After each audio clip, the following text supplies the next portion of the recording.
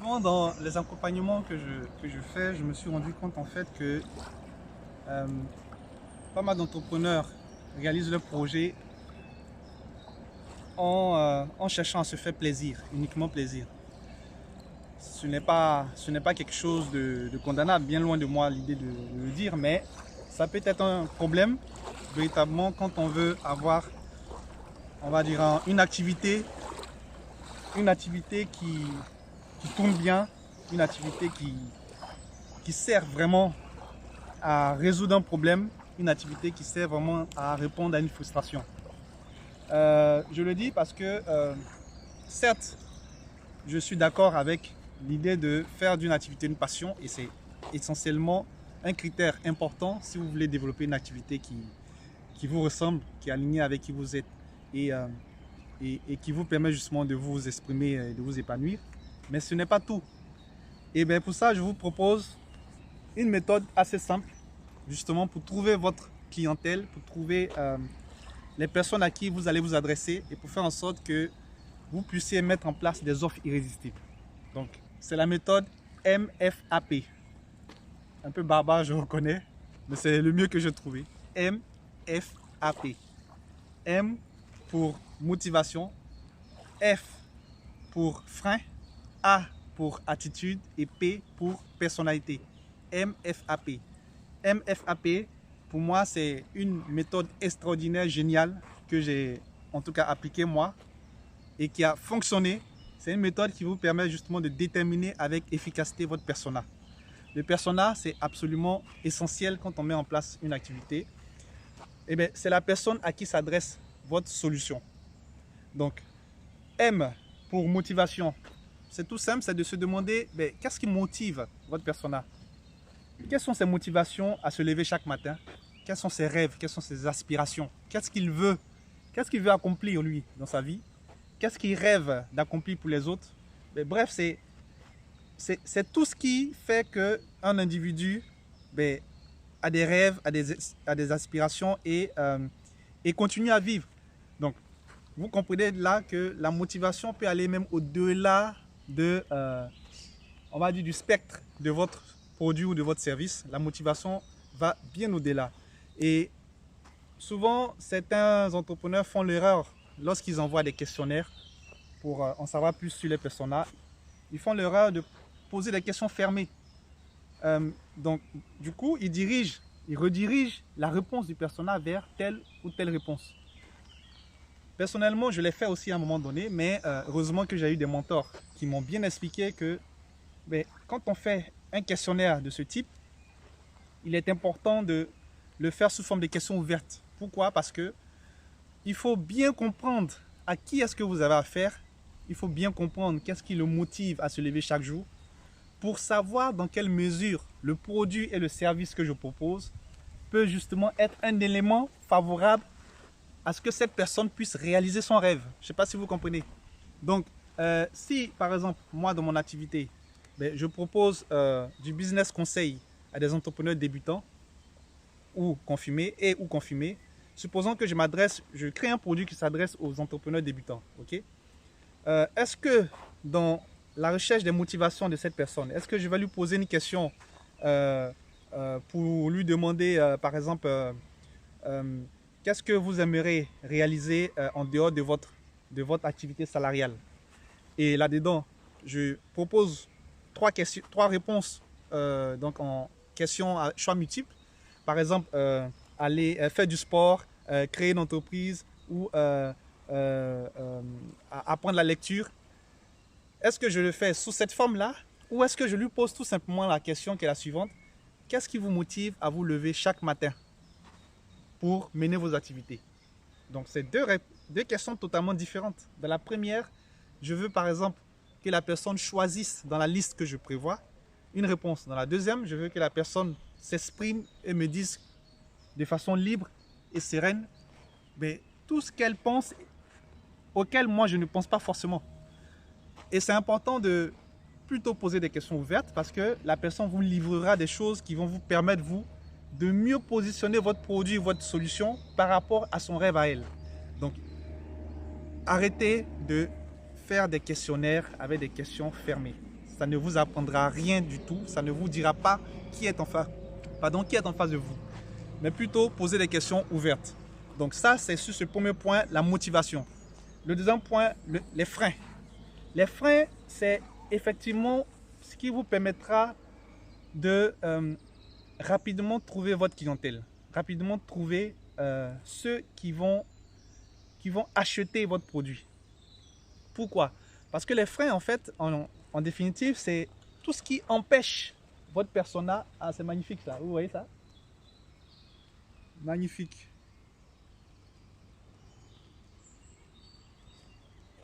Ok, bon, on va revenir. On ne fait pas une vidéo d'animalier, mais on fait une vidéo assez efficace pour vous apprendre justement à pouvoir mieux réfléchir quand vous mettez en place vos solutions. Donc, on parlait des freins. Les freins, c'est tout ce qui vont empêcher votre persona à acquérir la solution dont il a besoin. Et quand on dit ça, on comprend bien que les freins, ça peut être quoi? Ça peut être, par exemple, l'accès à une plateforme. Si vous utilisez un réseau social particulier, par exemple Facebook ou Twitter, je ne sais pas, est-ce que votre persona utilise aussi ce réseau social? Est-ce que même votre persona, c'est quelqu'un qui a déjà un compte sur les réseaux sociaux? Il faut bien se demander ça. Les freins, ça peut être le prix, le tarif d'une prestation. Est-ce que la personne que vous voulez aider a les moyens pour s'offrir ce service? Ou alors, est-ce que le prix que vous proposez peut être vu comme quelque chose de négatif du point de vue de votre persona? Par exemple, est-ce que vous proposez un tarif, enfin une solution haut de gamme à un prix dérisoire? Ça peut, dans ce cas de figure, vous être totalement défavorable parce que la clientèle haut de gamme donne aussi du poids par rapport au prix d'une solution. Et quand on voit un service qui peut-être est proposé à bas prix, ça peut être un mauvais signal. Donc, il y a aussi ça qu'il faut se poser comme question. Qu'est-ce qui empêche, jusqu'aujourd'hui, qu'est-ce qui continue d'empêcher mon persona à pouvoir avoir la solution qu'il recherche le plus? À pouvoir justement concrétiser son rêve. Qu'est-ce qui l'empêche? Donc, deuxième point important. Ensuite, le troisième point, donc on a dit MFAP. Le troisième point, c'est l'attitude. L'attitude de votre persona. L'attitude, c'est, on va dire, ce que votre persona fait au quotidien. Qu'est-ce qu'il fait? Qu'est-ce qu'il met en place pour chercher ses solutions à lui? Est-ce qu'il parcourt les réseaux sociaux? Est-ce qu'il regarde, par exemple, tiens, des chaînes, des vidéos YouTube de motivation pour se motiver? Est-ce qu'il compare les prix lorsqu'il a en face de lui plusieurs propositions? Sur quelle plateforme il va pour comparer ces prix-là? Comment est-ce qu'il fait pour choisir la solution qu'il veut mettre en place? Est-ce qu'il demande conseil à des membres de sa famille pour toutes ces solutions? En gros, comment est-ce qu'il se comporte face à une solution qui lui est présentée? Donc là, ça peut vous permettre par exemple de comprendre que la solution que vous proposez, peut-être que votre persona l'a déjà testée. Peut-être que c'est une solution qui ne marche pas pour lui. Peut-être que c'est une solution qu'il a fini par se dire non, ça c'est pas pour moi. Par exemple, j'ai pas suffisamment d'argent pour me faire coacher, par exemple.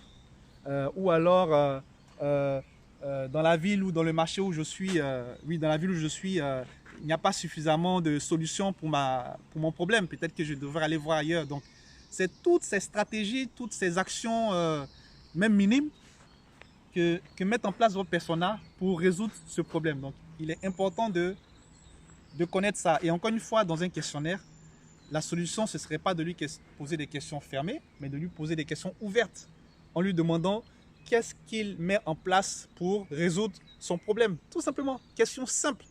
Et vous aurez des pépites, vous aurez des réponses qui vont vous faire comprendre effectivement qu'est-ce qui motive les gens, quels sont les freins auxquels ils font face, et surtout qu'est-ce qu'ils font eux à leur niveau pour... Je vous donne un exemple. Donc on parlait là de l'attitude de la personne. Mais si vous proposez encore une fois des services de coaching, on va dire de business coaching, si vous n'avez pas pris la peine de poser des questions de ce type, vous allez vous rendre compte en fait que peut-être que votre persona a déjà eu affaire à des coachs véreux. Peut-être que votre persona a déjà été déçu de certains coachs. Et peut-être que ce persona-là, finalement, s'est dit que le coaching, c'est pas fait pour moi ou je pense pas que ce soit la solution. Donc, il faut bien comprendre que quand vous vous adressez à une personne, euh, l'information, c'est la chose capitale. L'information sur ce que cette personne a déjà utilisé comme solution de son côté est très important avant de lui proposer quelque chose de nouveau. Donc ça va vous permettre à vous aussi peut-être d'adapter votre argumentation de vente, de pouvoir dire par exemple, vous avez déjà utilisé tel ou tel service, vous n'en étiez pas satisfait. Et bien nous, on a pris en considération toutes ces frustrations et on a décidé de faire autrement. Donc ça aussi, c'est des techniques très intéressantes que moi-même j'ai utilisées et qui fonctionnent à merveille. Et enfin, le P, donc on a dit MFAP, le P c'est la personnalité. Eh bien la personnalité, c'est hyper important, mais malheureusement, beaucoup d'entrepreneurs qui se lancent en business, et même des confirmés, hein, n'y prennent pas trop attention parce qu'ils se disent que c'est pas important. Mais c'est totalement important, surtout pour votre communication. Pour le ton que vous allez utiliser dans votre communication. La personnalité, on va dire, c'est la manière dont votre persona communique avec les autres. Sur quel ton? Quel est son, on va dire, quel est son style de communication? Quel est son style de communication? Est-ce que c'est quelqu'un qui préfère justement qu'on s'adresse à lui sur un ton très formel, donc avec une certaine distance? Est-ce que c'est quelqu'un finalement qui préfère avoir en face de lui quelqu'un qui a un ton familier? Voilà, donc utiliser le tu. Ou alors, voilà, comment est-ce que je peux m'adresser à ce persona-là? Et ça, c'est important pour, par exemple, les articles que vous allez écrire, par exemple, les vidéos que vous allez faire, par exemple, les podcasts que vous allez faire, la manière dont vous allez rédiger votre copywriting, voilà, la manière dont vous allez rédiger vos articles et tous les aspects de votre site web, par exemple, la manière dont vous allez vous adresser à votre persona, par exemple, en entretien. Donc, c'est hyper important de savoir sur quelle tonalité vous allez le faire. Pourquoi? Parce que si vous ne le savez pas, vous risquez en fait on va dire, de créer une sorte de conflit avec ce persona qui penserait que soit vous entrez dans sa sphère privée parce qu'au lieu de le vous voyez, vous le tutoyez. Voilà. Ou parce que se dirait que ce service-là ou cette personne, c'est pas vraiment mon genre, c'est pas fait pour moi. Parce que je ne m'y retrouve pas, ce n'est pas dans mes valeurs. Donc, il faut comprendre la personnalité de votre persona pour savoir quel ton utiliser dans votre communication. Donc, voilà quatre méthodes très simples que je résume dans cet acronyme MFAP. MFAP. Donc, la motivation, les freins, l'attitude et la personnalité. Vous pouvez mettre ça en place très rapidement à travers un questionnaire avec des questions ouvertes, surtout des questions ouvertes. Et je pense que pour le reste, vous aurez toutes les informations qu'il vous faut pour vous lancer. Si cette vidéo vous a plu, n'hésitez pas à la liker, abonnez-vous à la page. Et puis, dites-moi en commentaire, par exemple, comment est-ce que vous faites, vous, de votre côté, pour mieux connaître votre persona, pour mieux savoir à qui est-ce que vous vous adressez lorsque vous mettez en place un nouveau produit ou un nouveau service. Voilà. Donc, faites-moi signe dans le commentaire et je répondrai à vos questions. Allez, ciao, ciao!